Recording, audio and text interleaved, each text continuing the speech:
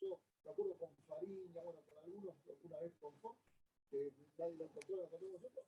Aquí están todos los medios juntos.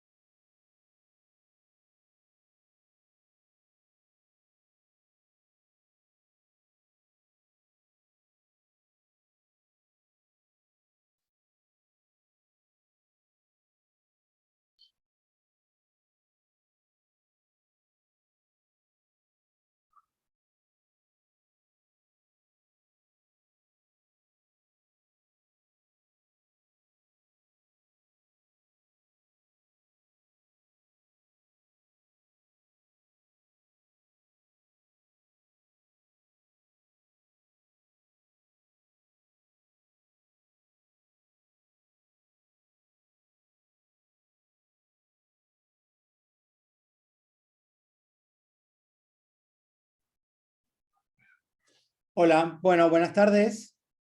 Bienvenidas y bienvenidos al Seminario de Derecho, Economía y Regulación de la Maestría en Derecho y Economía de la Universidad Torcuato Di Tella. Mi nombre es Martín Evia, yo soy el director general de estudios de la universidad y soy profesor de la carrera de abogacía y de la maestría en Derecho y Economía. El seminario de hoy es un seminario muy interesante en este ciclo de seminarios de este año. Nuestra invitada es la profesora Guadalupe Martínez Ayes, que es profesora de la IE University en Madrid, en España. Guadalupe es doctora en Derecho por Yale University, donde también obtuvo su LLM. También es magíster en Derecho por la Universidad Nacional de Córdoba. Ha sido profesora en la Universidad de San Andrés, aquí en Argentina, y ha sido profesora e investigadora visitante en varias instituciones muy prestigiosas. Ha publicado en journals y en revistas en castellano y en inglés en sus áreas de especialidad, entre otras el análisis económico del derecho, el derecho de daños, la responsabilidad extracontractual. Y hoy tenemos el honor de tener a Guadalupe para hacer una presentación sobre una investigación que desarrolló hace algunos años y en temas en los que entiendo sigue trabajando, cuyo título da título al seminario de hoy, que es Entre informar y persuadir, la publicidad y los estereotipos de géneros. Este seminario, como saben, es parte del ciclo de la maestría en Derecho y Economía, y Guadalupe en América Latina es una de las expertas en análisis económico del derecho, de modo que para nosotros es un gran honor tenerla hoy en este seminario. Guadalupe, muchísimas gracias por aceptar la invitación y por la presentación para el seminario de hoy. Le damos la palabra a Guadalupe y luego abrimos para preguntas y discusión. Muchísimas gracias y bienvenida, Guadalupe. Hola, buenas tardes, Martín. Muchísimas gracias. Muchísimas gracias por la introducción y muchísimas gracias por la invitación.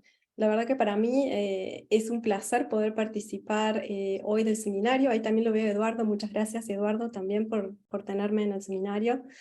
Y la verdad que me gusta mucho el poder compartir, como dijo Martín.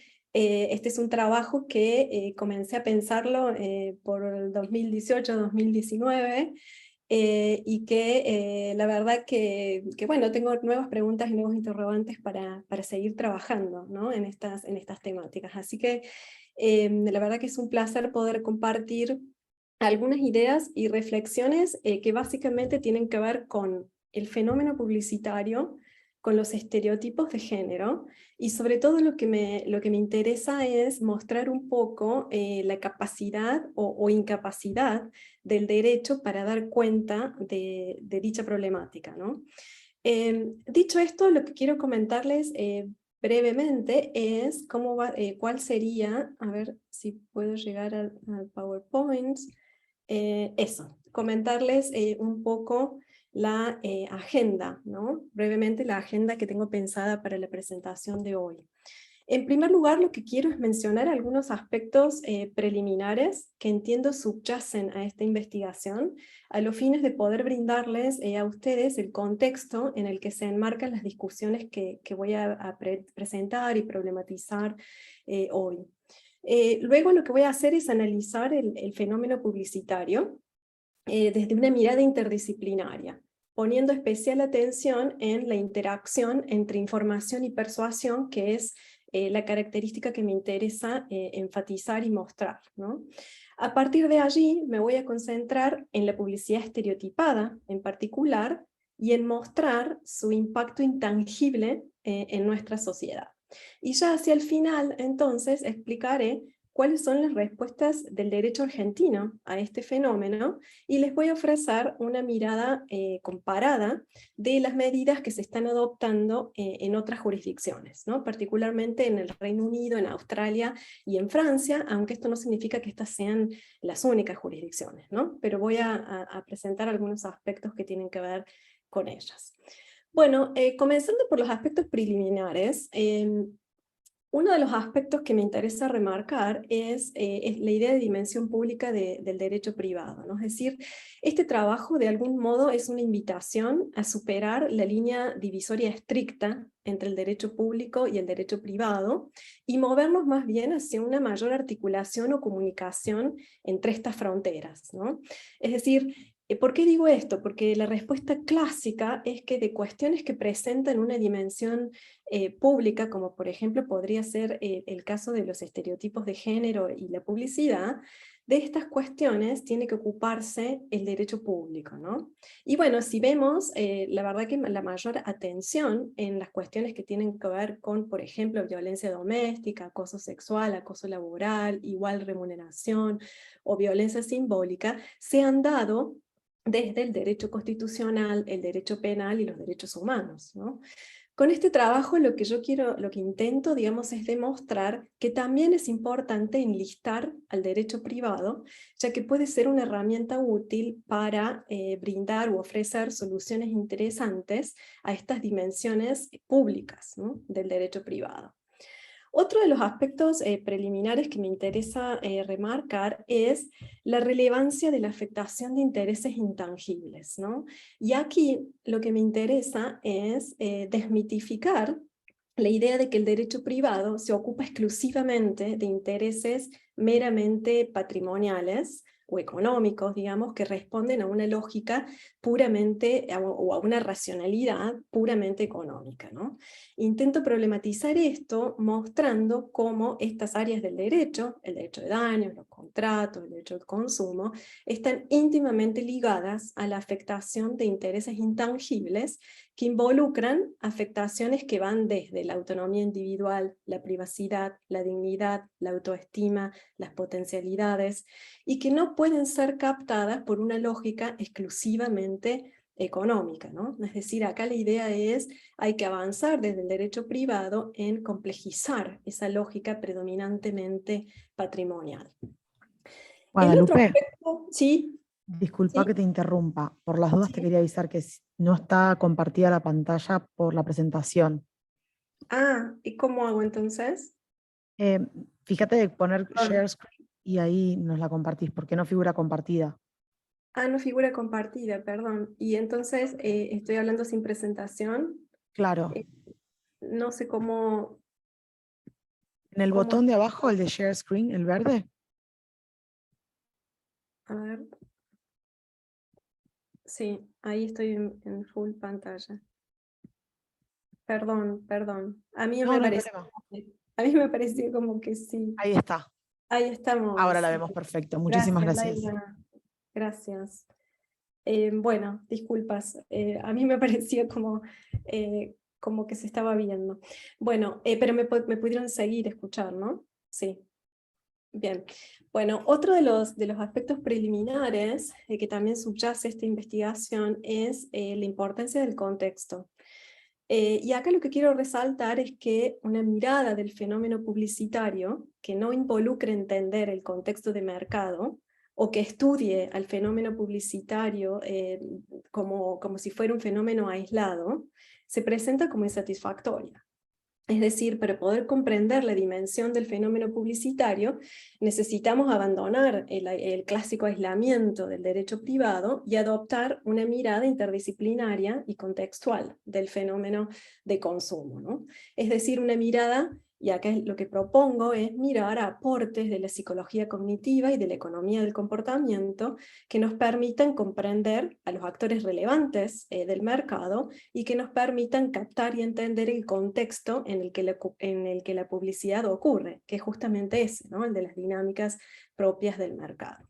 Es decir, que voy a estar principalmente interesada en mirar a las dinámicas propias del contexto de mercado. Y el último aspecto que me interesa resaltar es que este trabajo lo que pretende es extender una invitación a interactuar con aquellas objeciones que son aparentemente irrefutables a la regulación de la publicidad, que tienen que ver con la restricción a la libertad de expresión del proveedor profesional y la restricción a la autonomía individual del consumidor. Mi intención original con este artículo es entonces ofrecer una lectura informada del fenómeno de consumo y del fenómeno publicitario que contribuya a activar una renovada discusión desde el derecho que sea más sensible al impacto social de ciertas prácticas publicitarias de los proveedores profesionales y que de algún modo invite a repensar aquellas protecciones clásicas o aquellos argumentos clásicos cuando los mismos dejen de ser razonables, ¿no? Bueno, una vez que he hecho estas precisiones, entonces sí puedo detenerme más en concreto en el fenómeno publicitario, ¿no? Es decir, la mirada que quiero ofrecerles del fenómeno publicitario es una mirada desde los aportes de la psicología social y cognitiva y de la economía del comportamiento, y no solo entiende a la publicidad como inseparable del acto de consumo, sino que básicamente lo que hace es problematizar la clásica asunción de racionalidad del derecho, ¿no? Es decir, pone un poco en cuestión la idea del consumidor como actor racional, la del proveedor profesional como simple informante y la de la publicidad como simple información. Veamos cómo estos distintos actores, que son los actores relevantes del mercado, pueden ser leídos de otra manera, digamos, ¿no? En lo que respecta al consumidor, empezar a pensar en movernos de la idea que entiende el consumidor como aquel actor racional que procesa información adecuadamente para satisfacer sus preferencias individuales de consumo, que es lo que se suele denominar la idea del consumidor soberano, digamos, para entenderlo más bien como aquel actor que es imperfectamente racional, es decir, que tiene una racionalidad limitada, o lo que se denomina bounded rationality, que consume en un contexto social y cultural determinado que le da significado, ¿no? Voy a explicar de qué se trata esto, y es básicamente la idea del consumidor situado socialmente, como se suele llamar.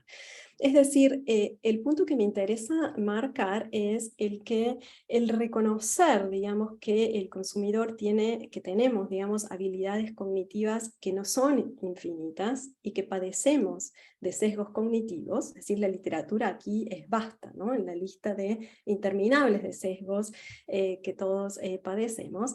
Esta literatura, digamos, y estos elementos lo que hacen es poner en jaque esa asunción predominante del actor racional. Pero la idea del consumidor que traigo, digamos, en este trabajo y que me interesa, digamos, pensar, va más allá de ese jaque a la idea de racionalidad y reconoce que además el consumidor consume en un contexto social y cultural determinado que le da significado al acto de consumo. Si miramos al consumidor, vemos que el consumidor define muchos de sus valores, aspiraciones, expectativas e identidades en referencia a los productos que consume. Es decir, la marca o el tipo de auto que elige, el estilo de indumentaria, los eventos en los que participa, los alimentos que consume, entre otras, ¿no? Es decir, nuestras preferencias de consumo son de algún modo construidas socialmente. Los productores construyen, por ejemplo, narrativas de estilos de vida de varones y mujeres, ideales de cuerpos, que en parte definen nuestros deseos o preferencias como consumidores. Ahora, aquí quiero hacer una aclaración importante, es decir, esto no significa que los consumidores sean incapaces de resistir la influencia social, ni que sus preferencias sean siempre mediadas por los proveedores que imprimen un cierto significado social a sus productos, sino más bien que consumidores y proveedores nos encontramos entrelazados en un constante proceso, diría, de definición y redefinición, ya que el contexto social mismo es construido en base a nuestros propios aportes. Es decir, sería como una especie de relación de retroalimentación entre el proveedor profesional y el consumidor. De allí entonces que una noción del consumidor como aquel que padece sesgos cognitivos que lo vuelven absolutamente vulnerable y sujeto a constante manipulación por parte de los proveedores, no sea del todo persuasivo, del todo atendible, ya que desconoce que la construcción del contexto social en el que se toman las decisiones de consumos no es exclusiva del proveedor, sino que, de nuevo, se nutre también de los propios aportes de los consumidores. Ahora, también parece claro que la noción del consumidor como ese actor racional que procesa información adecuadamente para satisfacer sus preferencias individuales es de pleno insatisfactoria. Es decir, el punto que quiero hacer aquí es que necesitamos tener un entendimiento bastante más rico, digamos, y más fino, si se quiere, del consumidor y del acto de consumir, para poder entender que esas preferencias de consumo se satisfacen en un contexto social y cultural determinado, y creo que esto es lo que nos va a brindar una mirada más realista del comportamiento del consumidor y de su significado, ¿no? Y esto es, desde mi punto de vista, importante para comprender mejor el impacto de la publicidad en general, y en particular de lo que me interesa focalizarme en esta presentación, que es el impacto de la publicidad en la reproducción, refuerzo y perpetuación de estereotipos de género en nuestra sociedad, ¿no? Entonces, siguiendo esta línea, el acto de consumo es entendido no como el mero acto económico de consumir un producto para satisfacer necesidades individuales, sino más bien como un acto comunicativo complejo que tiene significado, que va más allá del acto de consumir. Ahora, en este nuevo contexto, ¿no?, de esta reconfiguración de las ideas del consumidor y del acto de consumo, necesariamente tenemos que pensar en cómo es el rol o cuál es el rol que juega el proveedor profesional dados estos elementos. El proveedor profesional, entonces, además de brindar información al consumidor sobre su producto, lo que persigue es el objetivo de colocar su producto en el mercado, lógicamente, y atraer a la mayor cantidad de consumidores posible. Es decir, lo que el proveedor profesional persigue es persuadir al consumidor de las ventajas y los beneficios del producto que ofrece para mantenerse competitivo en el mercado.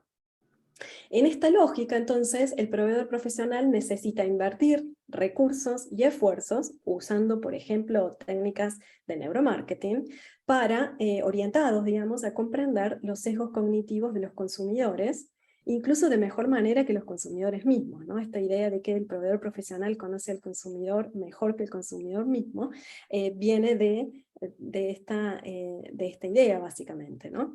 Con lo cual, todo esto lo que significa es que el proveedor profesional no puede ser entendido como el que simplemente extiende información al consumidor. Es bastante más complejo, digamos, que esto, y lo que intenta es persuadir al consumidor, pero no solo eso, sino que el proveedor que no esté dispuesto a explotar los sesgos cognitivos, y que no esté dispuesto a conocer al consumidor más que el consumidor mismo, será suplantado por otro proveedor que así lo haga. De esta manera, entonces, la idea de manipulación se presenta como un requisito ineludible para mantenerse competitivo en el mercado, ¿no? Varios autores han trabajado esto, pero principalmente Hanson y Kaiser, mostrando esta idea como la manipulación en el mercado parece un requisito que es exigido para mantenerse competitivo en el mercado.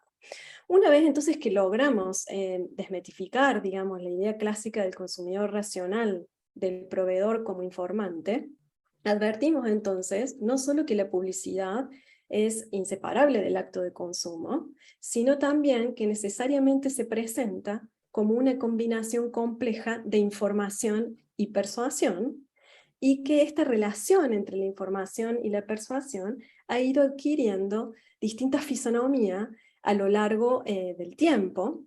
Es decir, que hay varios autores que se focalizan en el estudio de cómo se ha desarrollado, ¿no?, la publicidad, y que van mostrando el énfasis o la predominancia, ¿no?, de la información y la persuasión en distintos momentos.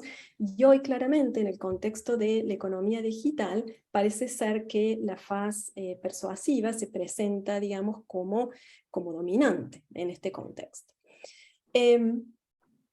Entonces, lo que podemos ver es que la publicidad es el juego de la información y la persuasión, y que a través de pequeños relatos y narrativas, la publicidad de alguna manera nos sugiere, con diversos grados de sutileza, cómo somos o debemos ser de acuerdo a nuestra clase social, nuestra edad y nuestra condición de género, ¿no? Que estos son los aspectos hacia los que me moveré, digamos, ahora para analizar cuál es el impacto, digamos, de la publicidad, sobre todo focalizando en los estereotipos de género. Es decir que una vez que logramos entonces entender ese aspecto persuasivo del fenómeno publicitario, yo creo que nos encontramos en mejores condiciones de comprender la dimensión del impacto de la publicidad en nuestra sociedad, y quiero mostrar ahora la dimensión del impacto sobre todo en los estereotipos de género, ¿no?, que están arraigados en nuestra sociedad. En el proceso de informar y persuadir, los estereotipos de género son utilizados por los publicitarios para vender sus productos. Por ejemplo, los anuncios de productos de limpieza representan abrumadoramente a mujeres que realizan tareas domésticas y muestran cómo el producto les hará la vida más fácil. Mientras que los anuncios, por ejemplo, de automóviles, a menudo se dirigen a los hombres y se centran en el efecto del vehículo en mujeres atractivas, además de las especificaciones técnicas que más les interesan a los potenciales compradores. Ahora, el punto es que direccionar ciertas imágenes, es decir, por ejemplo, tareas del hogar y de cuidado, a ciertos grupos de consumidores, por ejemplo, mujeres, no es simplemente una respuesta a las características ya existentes en ese grupo, sino que es también una confirmación, refuerzo y redefinición de esas características. La evidencia empírica muestra contundentemente que la publicidad influye en los estereotipos de género presentes en una sociedad. Los refuerza, los confirma, reproduce, acentúa y perpetúa. Contribuye a que estas creencias sean entendidas por la audiencia como algo que es objetivo, que es verdadero, que es incuestionable y permanente. Entonces, de esta forma, a través de la publicidad, se reproducen y se afianzan, digamos, creencias, por así decirlo, rígidas, de alguna manera rígidas, de la sociedad. Veamos algunos ejemplos de estudios empíricos que tratan de mostrar estas correlaciones, ¿no? Hay estudios empíricos, por ejemplo, que muestran que la publicidad que retrata a las mujeres como encargadas de las tareas del hogar y el cuidado de la familia, influye en la elaboración de las aspiraciones de las mujeres de ingresar a un mercado laboral representado principalmente como masculino. Otros estudios muestran que la publicidad que presenta ideales femeninos de belleza inalcanzables afecta la autoestima y seguridad de las niñas y adolescentes desde edades tempranas, así como las expectativas de feminidad que se construyen en torno a ellas. Otros estudios identifican correlaciones entre los anuncios sexistas que cosifican y degradan repetidamente a las mujeres y la incidencia del acoso sexual en el trabajo, el acoso callejero, así como la violencia física y simbólica dirigida hacia mujeres adultas y adolescentes. Otros estudios muestran que los mensajes publicitarios estereotipados dirigidos a niños y niñas refuerzan la desigualdad entre hombres y mujeres adultos al influir en su socialización. Esto influye en la manera que tienen de ver el mundo, de relacionarse con los demás y de formar una visión de sí mismo desde edades tempranas, ¿no? Si miramos, hay estudios que muestran que predominantemente los niños son representados en la publicidad como energéticos, creativos, fuertes, mientras que las niñas son representadas como tímidas, sumisas, débiles y focalizadas en las tareas de cuidado y tareas del hogar, ¿no? A este tipo de estereotipos se refieren estos estudios. Hay otros estudios interesantes también que muestran cómo esto afecta la selección de carreras profesionales que aparecen dominadas por hombres, como por ejemplo las ingenierías y aquellas que tienen que ver con la tecnología y la programación. Y esto me parece interesante y problemático al mismo tiempo, si tenemos en cuenta actualmente en el desarrollo de la inteligencia artificial, en donde deberíamos pensar que es deseable generar diseñadores que representen la diversidad de la sociedad, ¿no? Es decir, sabemos que hay sesgos que no vamos a poder eliminar, digamos, en el diseño de inteligencia artificial, y quizás que debemos pensar en cómo generar diversidad, digamos, en esos aspectos, ¿no? Otros estudios también revelan que los anuncios que muestran ideales inalcanzables del cuerpo femenino son causa de enfermedades como la bulimia y la anorexia en los adolescentes, y al mismo tiempo distorsionan la forma en que las mujeres se ven a sí mismas y cómo los demás las perciben, restringiendo sus potenciales elecciones de vida. De todo esto, lógicamente aquí hay cuestiones de correlación, cuestiones de causalidad, que si quieren podemos luego intercambiar más sobre esto. Por eso quiero marcar esto, que de todo ello se deduce que si bien no podemos, digamos, culpar exclusivamente a la publicidad de los estereotipos de género arraigados en nuestra sociedad, tampoco podemos considerarla inocua, ¿no? Porque juega un papel fundamental en la reproducción, refuerzo y perpetuación de dichos estereotipos, ¿no? Es decir, el punto que aquí me interesa realizar es que es importante desmitificar entonces la idea generalizada de que el impacto de la publicidad es mayormente la decisión efectiva del consumidor de comprar un producto o un servicio determinado, ¿no? A decir verdad, la publicidad produce un, por lo común inadvertido, impacto subliminal.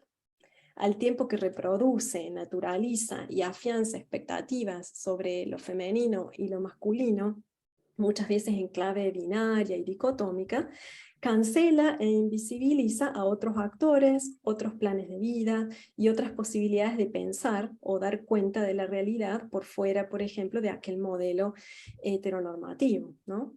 Este impacto subliminal de la publicidad, que excede el acto de consumo en sí mismo, se manifiesta concretamente y en los ejemplos que acabo de presentarles, en la afectación a la autoestima, la confianza personal y la proyección de oportunidades y de planes de vidas de las personas, lo que disminuye o puede disminuir su bienestar general y afectar su autonomía individual.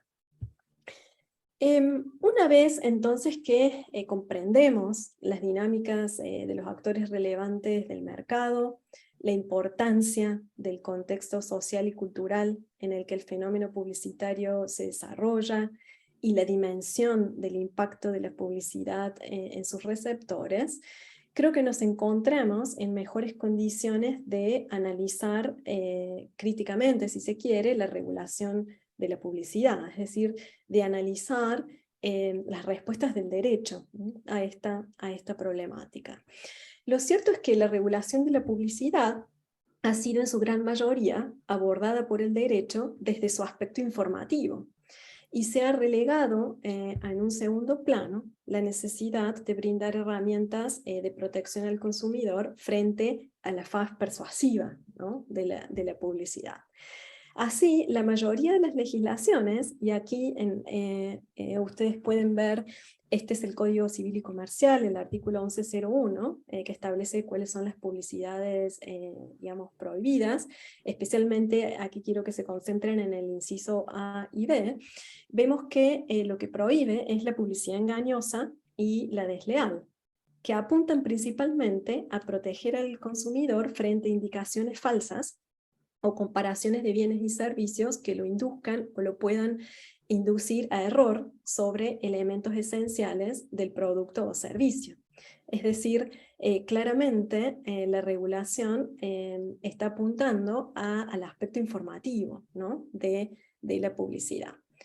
Esa regulación clásica de la publicidad como información creo que presenta al menos dos cuestiones sobre las que vale la pena reflexionar.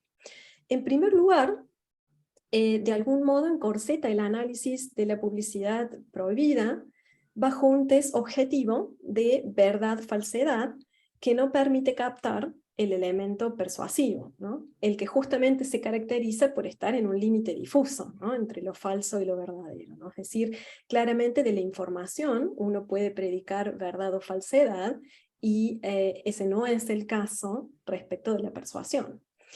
Y el segundo punto interesante para reflexionar es que asume esta regulación de la publicidad como solo información, digamos, asume que el impacto de la publicidad en el consumidor se reduce exclusivamente al mero acto económico de adquirir un producto o servicio determinado, sin tener en cuenta el significado del acto de consumo o el impacto subliminal que la publicidad produce en el receptor y en la sociedad, o colectivo, digamos, de consumidores a los que vengo refiriendo, ¿no?, en mi presentación.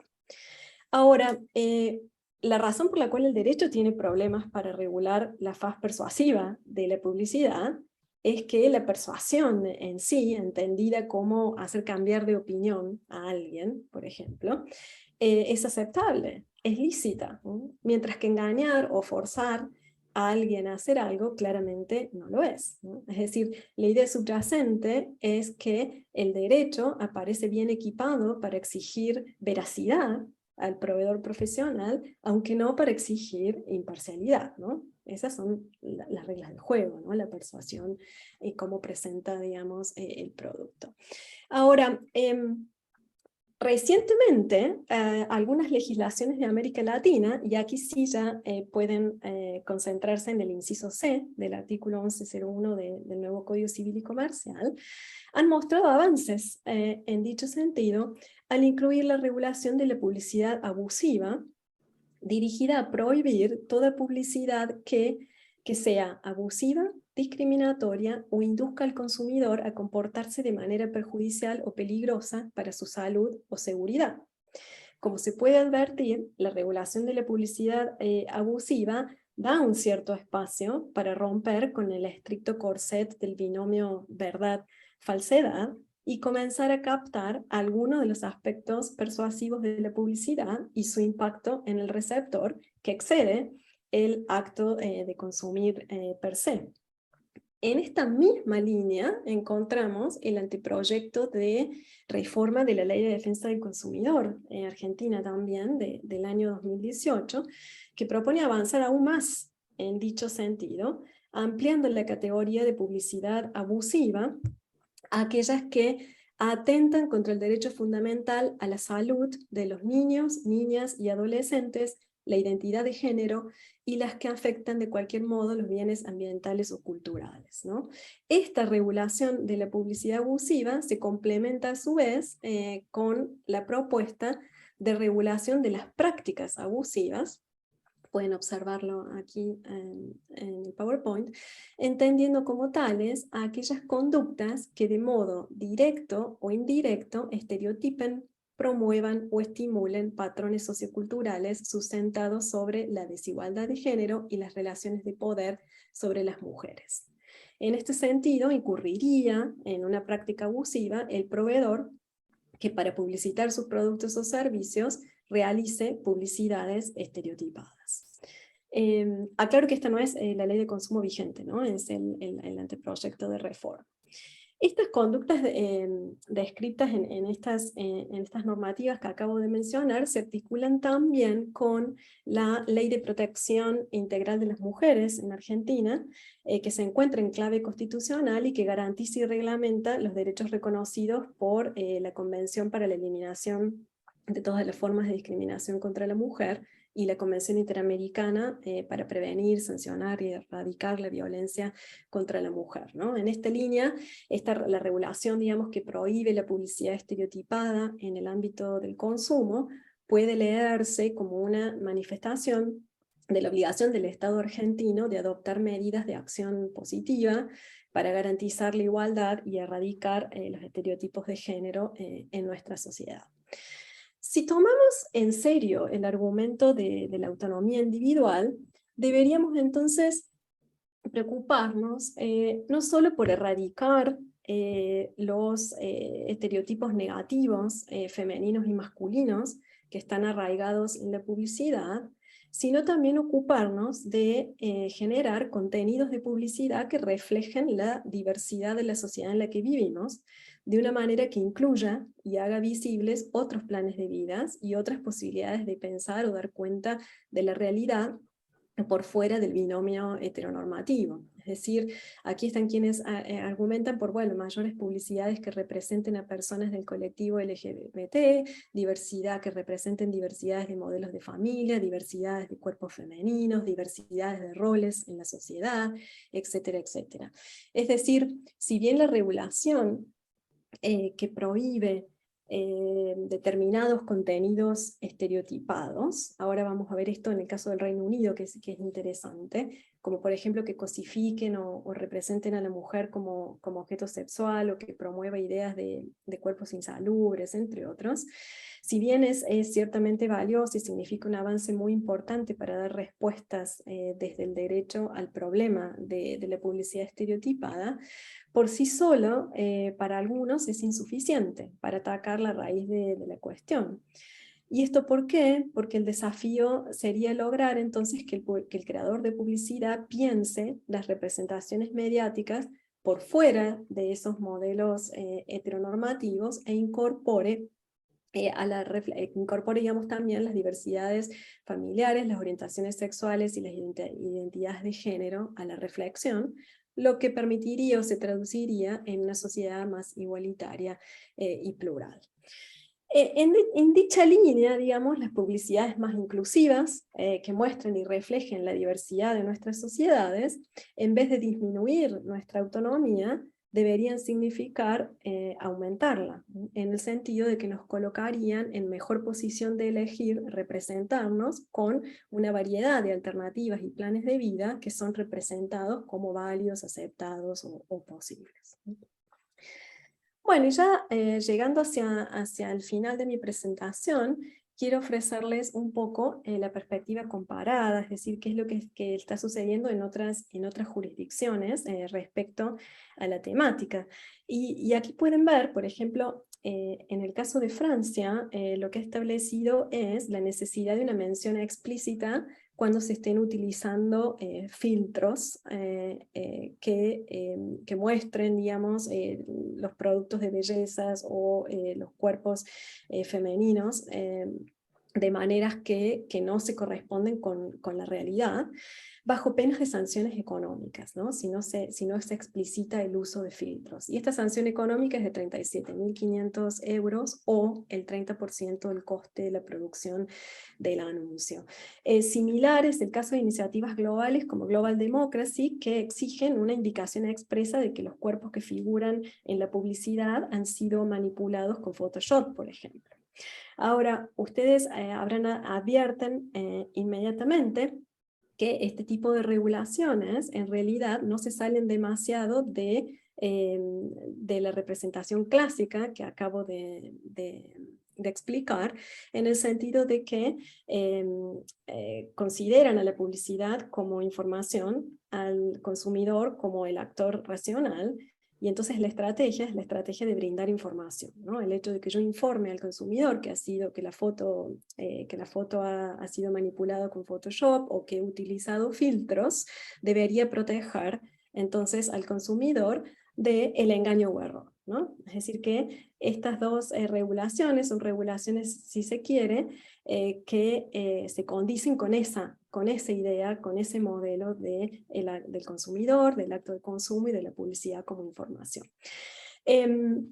Regulaciones más sustantivas y que intentan dar cuenta de la faz persuasiva es el caso de las regulaciones argentinas que acabo de mencionar, y también se ve esto en el Reino Unido y en Australia.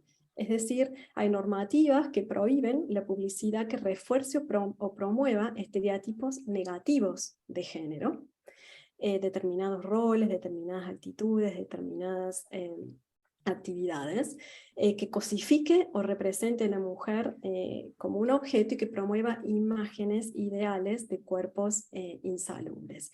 Para que tengan una idea de cuáles serían esos roles o actividades que son entendidas por el Reino Unido como anuncios estereotipados negativos, básicamente hay una lista, les menciono algunos para que tengan una idea concreta, digamos.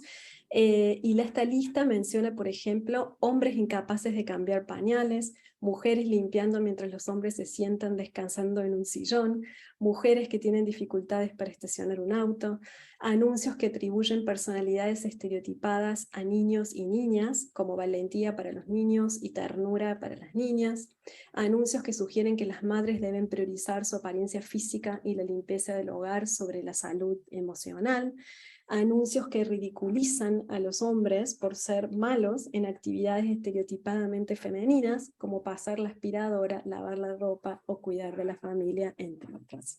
Estos son algunas de la lista de los que se entienden como estereotipos negativos de género y que están prohibidos desde 2019 en el Reino Unido. Bueno, creo que aquí me detengo, ha sido el lugar al intercambio, y bueno, agradecerles por la atención. Tenía acá, pero podemos discutirlo ahora en el intercambio, Martín. Me olvidé que quería marcar algo más, pero lo dejo para ahora, si te parece. Muchas gracias. Buenísimo, muchísimas gracias, Guadalupe, por la presentación. Hay algunos comentarios en el chat. Yo voy a empezar con una pregunta y después abrimos para romper el hielo.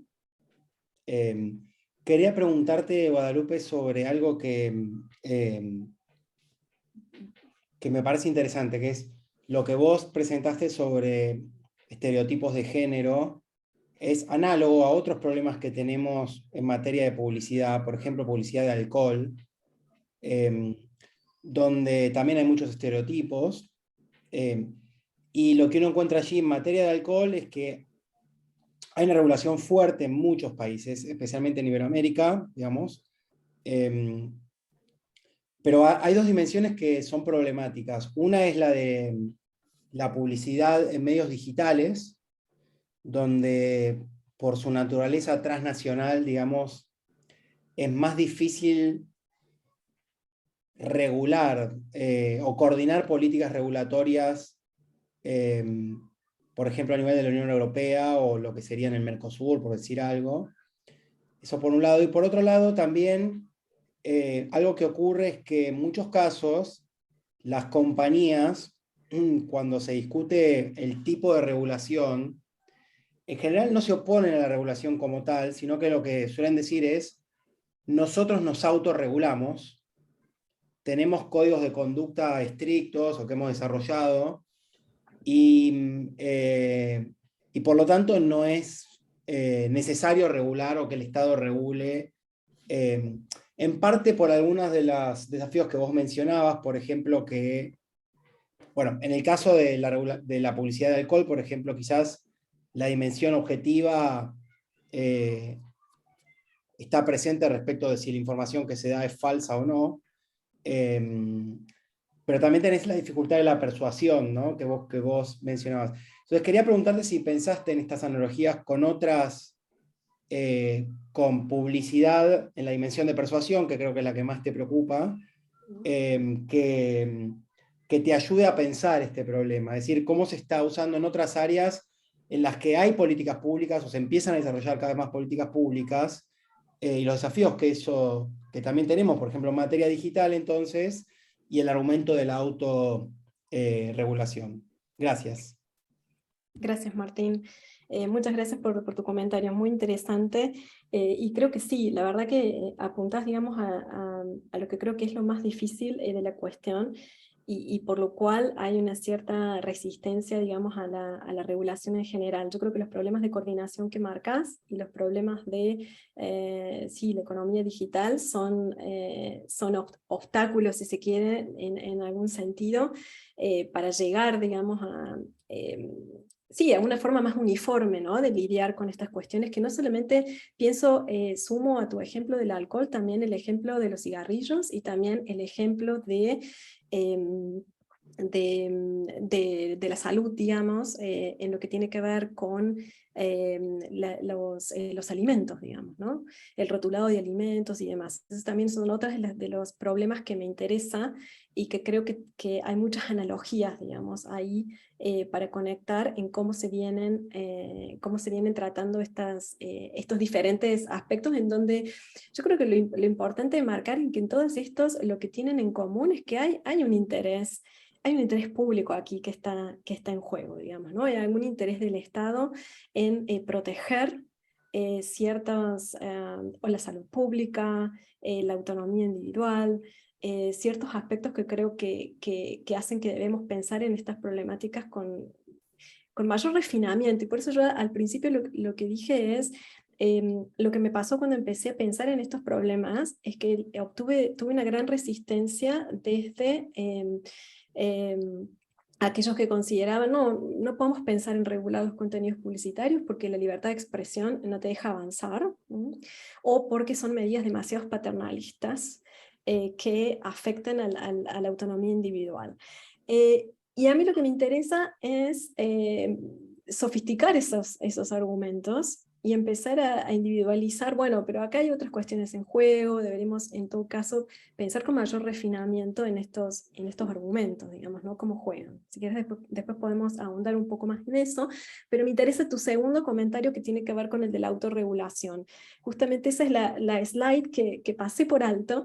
Es justamente una en donde lo que quería marcar era eso, ¿no? Es decir, lo que se ve respecto de los estereotipos de género es que muchas marcas, por ejemplo Nike es una de ellas, pero Unilever y Jet y muchas otras, comenzaron a de algún modo autorregularse y comenzaron campañas de neutralidad en algún sentido, y de tratar de erradicar, digamos, los estereotipos clásicos, ya sea en los deportes o en los distintos productos que ponen en el mercado, ¿no? Y la respuesta desde esas industrias es, realmente estamos atentos a las reacciones sociales a esto, y ofrecemos respuestas inmediatas a estos aspectos, y realmente no necesitamos una regulación que intervenga en este sentido, porque tenemos la capacidad para responder, ¿no? Y esto, ahí te tengo algunos ejemplos que en realidad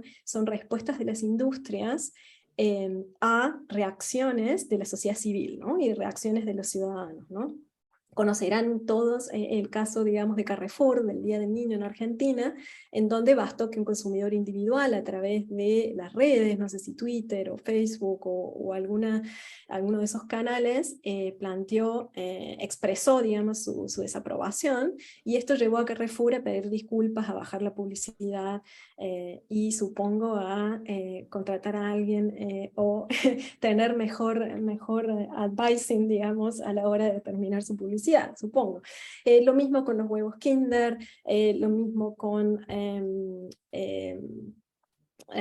sí, con The Perfect Body and a Body for Everybody de Victoria's Secret, y también vemos el caso de Cosmopolitan, por ejemplo, podría decirse que es un caso de autorregulación, en el sentido de que comenzó, no hace mucho de esto, 3 o no más de 3 años, comenzó a poner en sus portadas modelos, digamos, cuerpos diversos, ¿no? De distintos tipos de diversidad, no solamente de cuerpos, sino de distintas culturales, raciales, etc.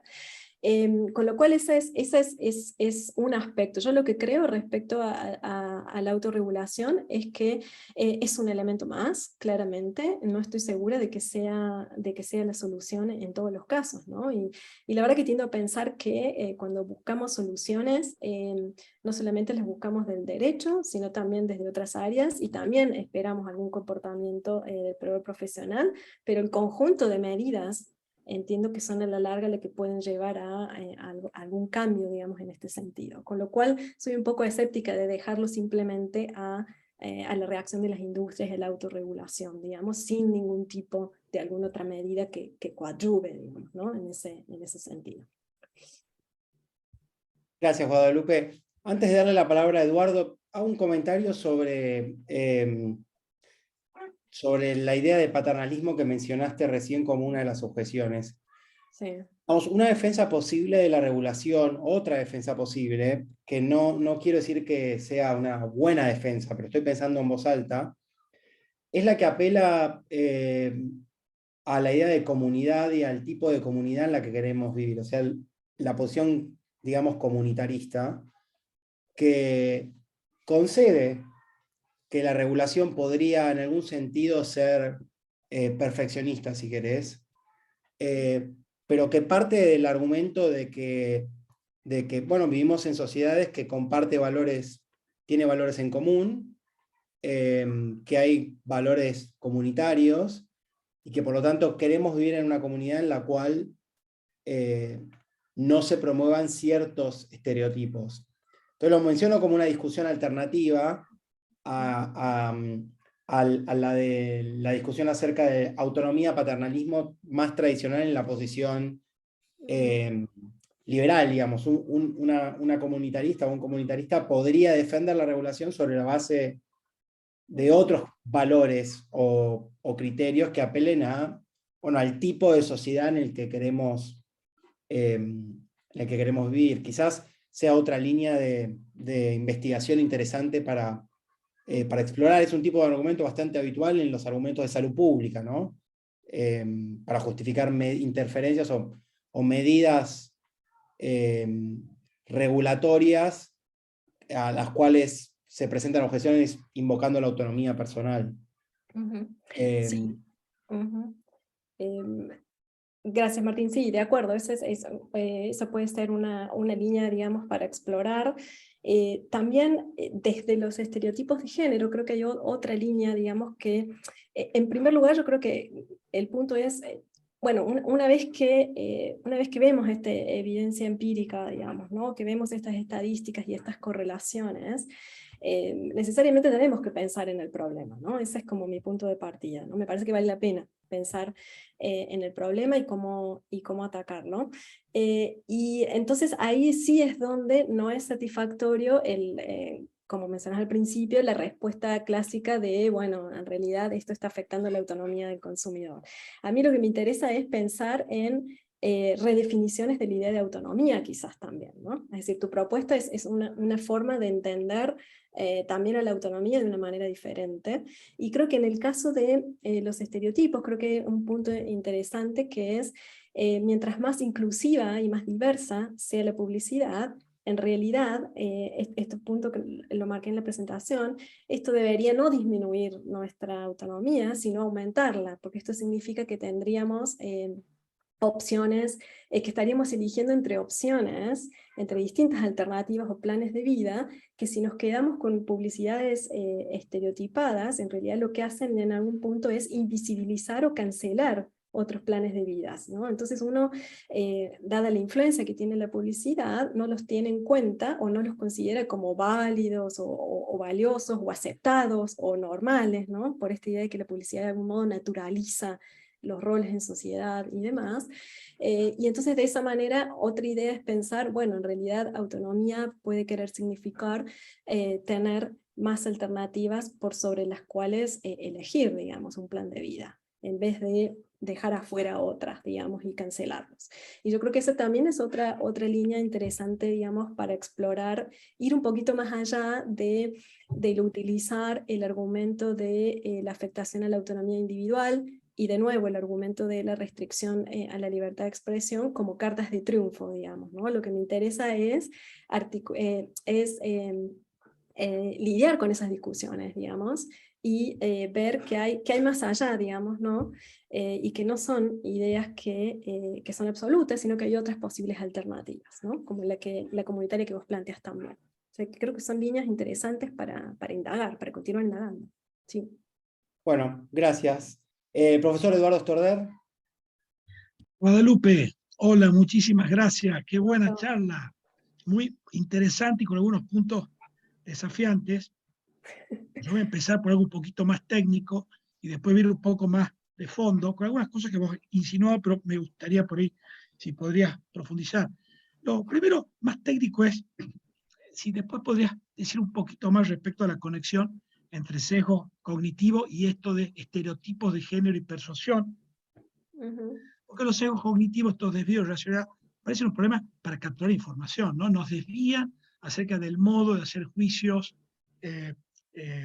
bueno, en materia de probabilidades, costo-beneficio, y si bien puede tener un parentesco con esto de que podemos ser más fácilmente persuadidos, bueno, parece ser algo un poco más arraigado, los roles de género en una cosa cultural un poco más grande, que ese tipo de desvío tan bueno, de arquitectura, ¿no? De arquitectura de la decisión, como conocemos en la literatura. Esto puede ser algo mucho más hondo que la arquitectura de la... Entonces, no es, me parece plausible la relación que hace, pero me parece que tiene una sutileza ahí, ¿no? Lo segundo, un poquito más filosófico, y también un desafío regulatorio, ¿no? Que son dos cosas que pueden ir un poquito de las manos, y por eso era un poquito obvia. Yo estoy a ver, yo me voy a poner en 1000, voy a tratar de, para hacerlo más divertido, voy a tratar y hacerlo más impersonal, voy a traer a mi gran amigo Jon Stewart, a quien yo adoro, y a la gente que le gusta más que utilitarianism, le gusta, ¿no? Sobre la libertad. Entonces, mira el 1000 de sobre la libertad y te diría algo así. Diría, bueno, sí, la verdad que hay que ser modernos en la autonomía. Yo de hecho, Eduardo Storder, estoy de acuerdo con 1000. La verdad que no es que hay que permitir la diversidad, hay que alentar la diversidad, no hay que tolerar la diversidad. Ese argumento de Lockeano está muy bien para el siglo XVIII, bárbaro. Pero además, ni eso. Fue un avance, pero la verdad, inclusive yo, ya no 1000, yo estoy de acuerdo con vos. Hay que alentar la diversidad. Pero la pregunta es que a veces, no siempre el sistema normativo más exigente, el que pone sanciones, el que castiga, sobre todo el que está en manos de funcionarios que también tienen sesgos cognitivos, tienen intereses. Entonces hay un riesgo muy grande. Y entonces por ahí, tal vez hacer la distinción entre uno que puede ser, bueno, nosotros queremos diversidad. No, lo que pasa es que también hay que ser por ahí muy claro en qué es lo que puede hacer el sistema jurídico y mirar bien qué se ha hecho y resultados, ¿no? Y por ahí tal vez, bueno, como separar ciertas cosas. Y, bueno, tal vez el cambio moral, este tipo de cambios que han operado de modo tremendo en los últimos años, ¿no? Tal vez podría ser una cosa mucho más compleja, que está asociada a libros, a las cosas que nos decimos, ¿viste? Que excede tanto este tema, que por ahí el costo-beneficio en la diversidad versus la autonomía clásica, versus cierta libertad de ideas, versus que no sabemos qué es lo correcto tampoco, porque yo estoy de acuerdo con eso, pero yo tengo gente que tengo amigos que no. Imagínate yo, por ejemplo, a mí, yo la verdad que cuando veo una publicidad de rugby, perdón, no, nadie se enojen, pero prototípica, porque hay publicidad de rugby inteligente, y ves la cerveza, esto, jajaja, estos tipos, pero yo ni se me ocurriría, te soy franco, ¿no? Poner un funcionario que tenga que decir esta gente que no puede reírse con la pelota y hacer una cosa neomachista, me parece. Y después habrá otra género, porque hay otra cosa, lo que está pasando en el mundo es que la policía estamos logrando algo más parecido que queremos. Gracias a Google, a todos estos sistemas, a todas estas cosas, se está personalizando. Ahora tenés gente formales que les dije los abogados, con esos, ¿no? Todos trajeados que hablan casi medievalmente. Tenés otros que le hablan a tipos cool, que hablan idiomas inclusivos. Entonces, a mí me parece que esta idea de distintos submundos, ¿no? En concreto, le tengo un poco de miedo a la regulación de cuestiones morales, de percepciones. Tengo miedo que más que paternalismo sea un perfeccionismo, que siempre hemos sido, ¿no? Yo tengo problemas con el paternalismo, pero más con el perfeccionismo, esto es un clásico argumento liberal. Le tengo miedo a la regulación del discurso. La idea clásica era que el discurso está por arriba porque el discurso es lo que nos permite reafirmar otra idea. Y al final no sabemos qué es lo correcto. Tal vez yo esté equivocado, tal vez vos estés equivocado. Y si cerramos la posibilidad de este tipo a otros discursos distintos a los nuestros, donde además hay grados, y por otra parte vamos a poner el timón de esto en las manos de funcionarios. Los funcionarios tienen sesgos cognitivos, intereses cortoplacistas, y gente que no tiene buenos incentivos, ¿no? Genial, muchas gracias, Eduardo. Bueno, excelentes tus comentarios. La verdad que los comparten su gran mayoría. Y hay algunos aspectos bueno, que me interesa remarcar de tus comentarios y sumar algunas cositas más. Sobre todo me parece muy interesante lo que me marcas al principio sobre cuál es la conexión entre esto de los sesgos cognitivos y luego cómo paso a la persuasión, digamos, frente a la publicidad estereotipada. Ahí creo que tenés un punto importante. Porque es cierto, ¿no? Que el sesgo cognitivo y lo que nos informa, digamos, la psicología del comportamiento y la economía del comportamiento va más direccionada hacia el aspecto informativo, ¿no? Hacia la idea de información. Pero yo creo que ¿por qué lo hago de esta manera? Digamos, porque creo que es un paso necesario en el sentido de que, si recuerdas al principio de la presentación, yo hice alusión a lo que se llama el consumidor situado socialmente. Es decir, que es una idea del consumidor que va más allá de dar cuenta de la racionalidad limitada, que es la que los sesgos cognitivos y la economía del comportamiento llegamos hasta ahí, digamos, ¿no? Es decir, reconocemos que estamos frente a agentes que no son ese actor racional, sino que hay una racionalidad que es limitada. Y yo lo que quiero y lo que en realidad necesito también para poder avanzar hacia la conexión con el estereotipo de género es mostrar que además de la racionalidad limitada, debemos dar cuenta del contexto social y cultural en el que las decisiones de consumo tienen lugar, ¿no? Y ahí es donde conecto con el acto de consumo como un acto comunicativo complejo, ¿no? Como un acto que tiene un significado. Y eso es lo que me permite conectar con los estereotipos de género, pero necesariamente necesito hacer el paso del actor racional a la racionalidad, digamos, limitada, y luego moverme hacia un elemento más que en general desde la economía del comportamiento, si se quiere, clásica, no llegan a dar cuenta, que es la del contexto, ¿no? Las características propias del contexto en el que el acto tiene lugar. Y ahí es donde entonces me meto en las dinámicas de mercado y trato de comprender el comportamiento del consumidor, del proveedor, y gracias a en ese movimiento es donde la faz persuasiva aparece eminentemente, digamos, ¿no? En esa línea. Es decir que esa sería la conexión. No sé si te convence, pero necesito hacer ese paso. No puedo pasar del actor racional al contexto sin hacer el paso de la racionalidad limitada. Me parece, Esa es la línea.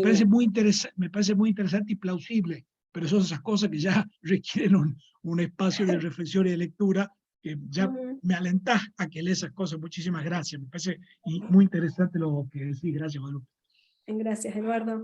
Bueno, y tu segundo punto también es, en realidad yo creo que es, yo creo que lo que marcas nos preocupa a todos, ¿no? Es decir, yo también creo que hay que alentarle diversidad y al mismo tiempo, sí, al mismo tiempo hay que ver cómo, bueno, luego las legislaciones o las regulaciones pasan, ¿no? de la declaración a la práctica, digamos, ¿no?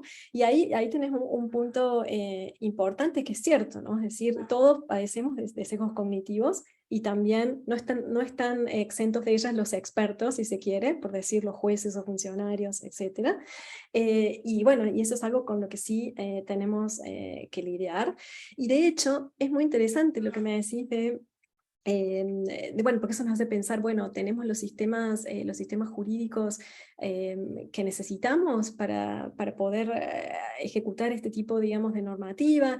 Y bueno, yo creo que esto es algo que nadie podría decir sin ningún problema, ¿no? Creo que esta es una preocupación que comparto y que todos tenemos cuando pensamos en regulación en general, digamos. Y en este caso, la particularidad, y que es lo que genera más resistencia, es justamente el punto de lo persuasivo, ¿no? Que es lo que traté de enfatizar. Es decir, acá no estamos frente a es verdadero o falso, sino justamente lo contrario, es decir, esta línea en donde, claro, lógicamente, para el proveedor profesional, persuadir es parte del negocio, persuadir es aceptable, persuadir es lícito, y el derecho no puede pedirle al proveedor profesional imparcialidad en cómo pone su producto en el mercado, ¿no? Entonces ese es el punto, yo creo que más complicado, y esa es la razón por la cual el derecho hasta el momento lo ha regulado de manera informativa, y decir, bueno, yo de mi información puedo identificar cuando el consumidor ha sido engañado o ha sido, ha tenido una percepción errónea, pero no puedo dar cuenta de cuando la persuasión se pasó de línea, digamos, ¿no?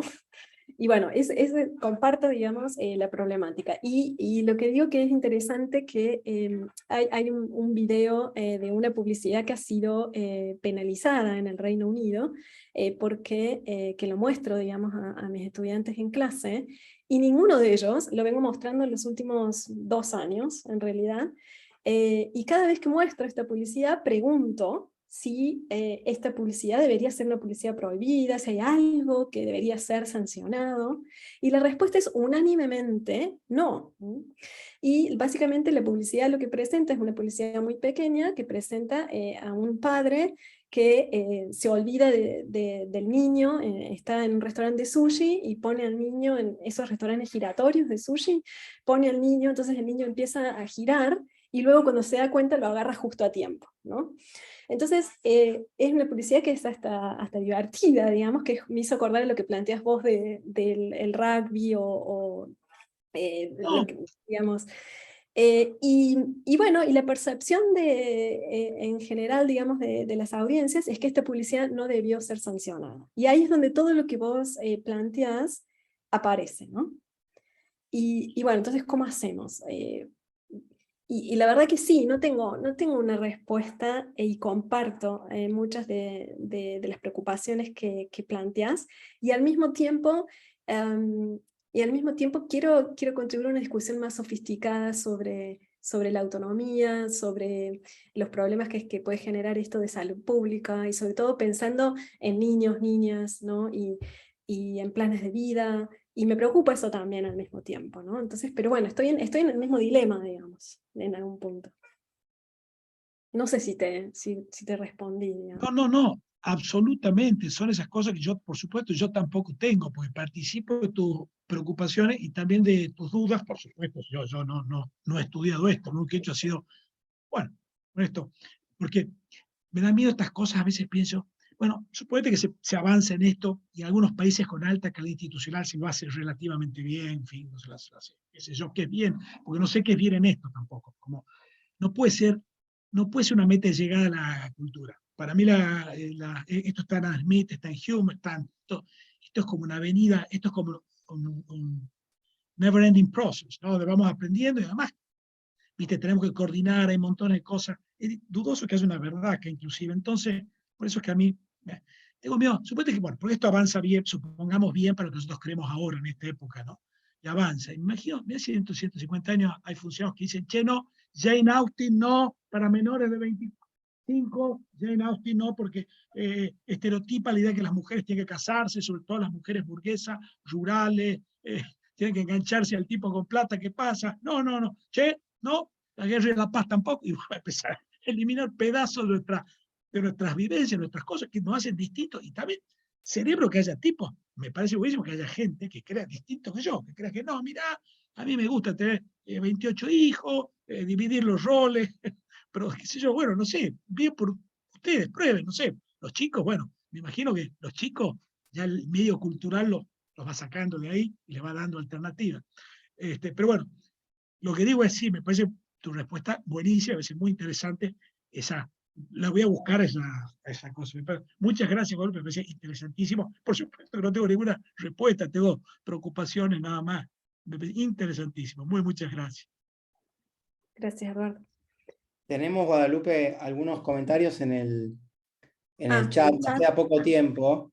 Hay un Bien. comentario de Gabriela y había otro también de Federico. No sé si los quieren hacer, y en todo caso, prendiendo la cámara, o si quieren, si no los leemos, y en todo caso, vos, Guadalupe, si querés podés comentar algo o responder como prefieran. No sé si quieren hacerlos en los comentarios porque no tuve tiempo de Ok, leerlos. si no, yo los leo como prefieran. Ah, Bueno, Gabriela dice que es una opinión en el chat y me dice léelo, así que Gabriela, como prefieras, en realidad. Gabriela dice, no me parece que debamos temerle a la regulación, sin ella, así estamos. La publicidad debe pasar el tamiz de la igualdad de género, no discriminación, etc. Si no, es nociva porque condiciona a los consumidores, que es lo que precisamente has relatado en tu exposición. bien. Federico y Nadia tienen preguntas, les pido que sean breves porque tenemos que ir cerrando. Federico, ¿querés empezar y después Nadia? Sí, gracias. Muy interesante la presentación. La pregunta que hice la dejo porque uno googleo y voy a encontrar la respuesta. Le quiero hacer un comentario que me parece lo más lógico, lo más rápido para solucionar, para sanear la industria de la publicidad, sanearla entre comillas, o liberarla de los estereotipos y todo lo que produce que no es sano. Habría que ir un paso hacia atrás de la publicidad, ir a cada industria en sí y ahí trabajar en corregir. Por ejemplo, en el tema de las modelos y la ropa de bikini que usted mostró, los ejemplos de publicidad de mujeres obesas. Bueno, ir un paso hacia atrás sería ir a las empresas como Victoria's Secret, por ejemplo, que los gerentes han dicho más de una vez que sus modelos comen diario de papel antes de los desfiles, que tienen anorexia, que tienen problemas o bulimia, como usted nombró en una diapositiva, y trabajar ahí, sanear la industria desde ahí. Bueno, en este caso sería que no busquen el modelo de perfección de la mujer, que no sean tan perfeccionistas, un poco más de físico común y no tanto de obsesión con el cuerpo. O sea, ir un paso hacia atrás antes de que llegue a la parte de publicitaria, porque después sigue el camino y se traslada a la publicidad, y la publicidad a la masa de gente que somos todos nosotros, y así con cada industria. Y aparte, porque le puse en un comentario que la solución puede ser, el remedio puede ser peor que la enfermedad, porque si uno consulta con un nutricionista, le va a decir de que el índice de masa corporal te dictamina tu peso ideal y que si vos te excedes ya no es sano para tu cuerpo. Y claramente es muy obvio que en las fotos de modelos con sobrepeso que son obesas, en realidad eso no es un ejemplo a seguir para nada porque perjudica la obesidad, te trae problemas de corazón y demás. Entonces, lo que es una solución en realidad está generando otro problema, te fuiste al otro extremo y te saliste del eje del medio que es lo sano. Pero bueno, cuestión, para mí hay que ir un paso hacia atrás en cada industria.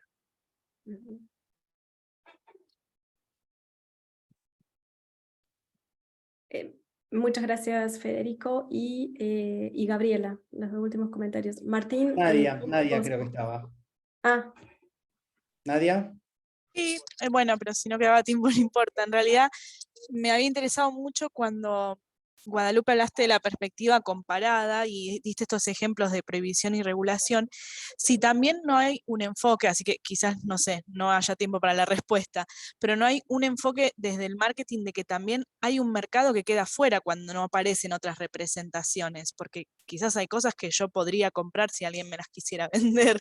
Entonces, más allá de regular desde el derecho, si no hay un enfoque como, o una idea un poco más, aunque sea por vender más, de abrirse a otras representaciones y sumar más gente al consumo.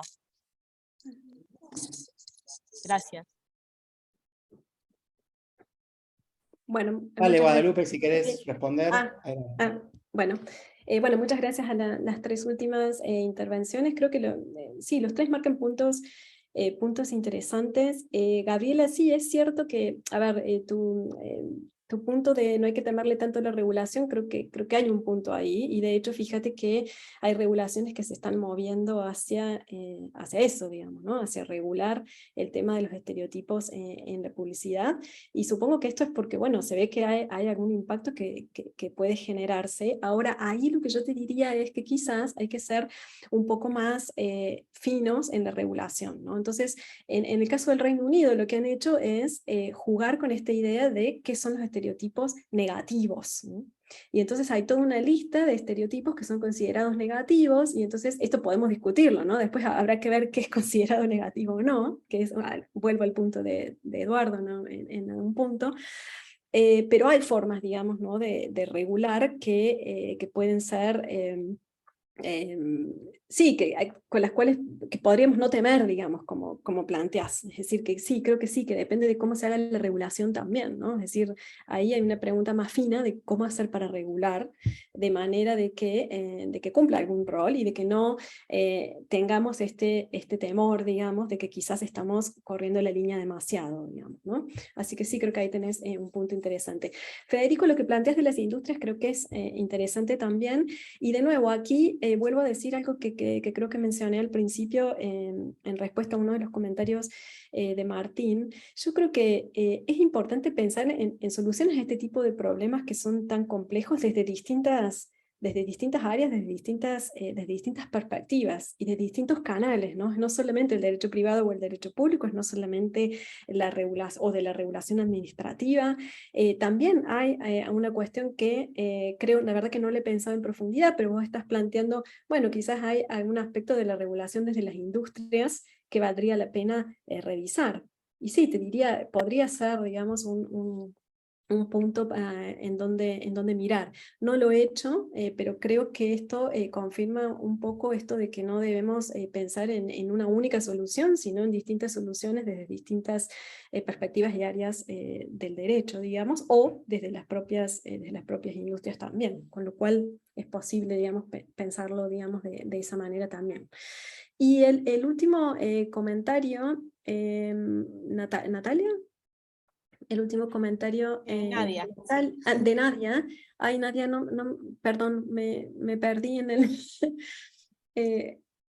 No, lo que decía es que quizás, como quizás en vez de una perspectiva tan regulacionista, donde se castiga al que no cumple, que igual no digo que no sea una medida interesante, si también no hay como otra mirada desde el marketing o desde lo económico, porque también cuando no aparecen representaciones hay un montón de gente que no compra cosas no porque no quiera, sino porque no están dirigidos hacia ellos y ellas.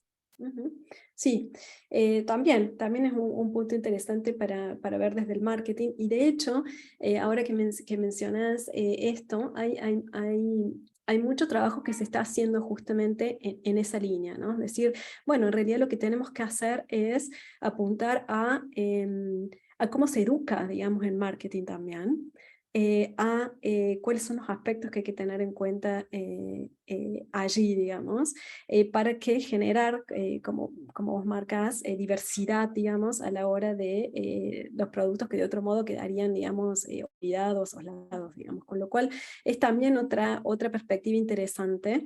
Y de hecho, otro de los aspectos que también creo que es interesante y que también apunta a cuestiones más estructurales es el tema de, en el caso de estereotipos de género, es el tema de la educación al respecto, no solamente en las carreras de publicidad y en las carreras de marketing, sino en las carreras en general, en los oficiales, digamos, los que le preocupan a Eduardo y a varios, el tema de los jueces, los oficiales, etcétera, etcétera.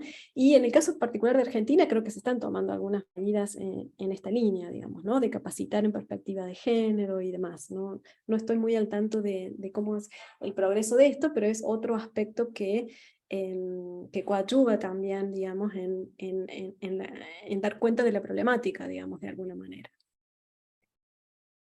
Bueno, Guadalupe, tenemos que ir cerrando y queremos agradecerte muchísimo por la presentación y por una presentación muy estimulante para seguir discutiendo Y bueno, esperamos tenerte próximamente de nuevo en el seminario, te vamos a volver a invitar. Y muchísimas gracias, y nos vemos muy pronto. Muchas gracias a todas y a todos los que participaron del seminario, y estaremos en contacto para la próxima reunión. Gracias, Guadalupe. Muchas gracias Martín y Eduardo. Ha sido un gusto. Muchas gracias. Muchas Muchas gracias. gracias por Gracias. sus comentarios.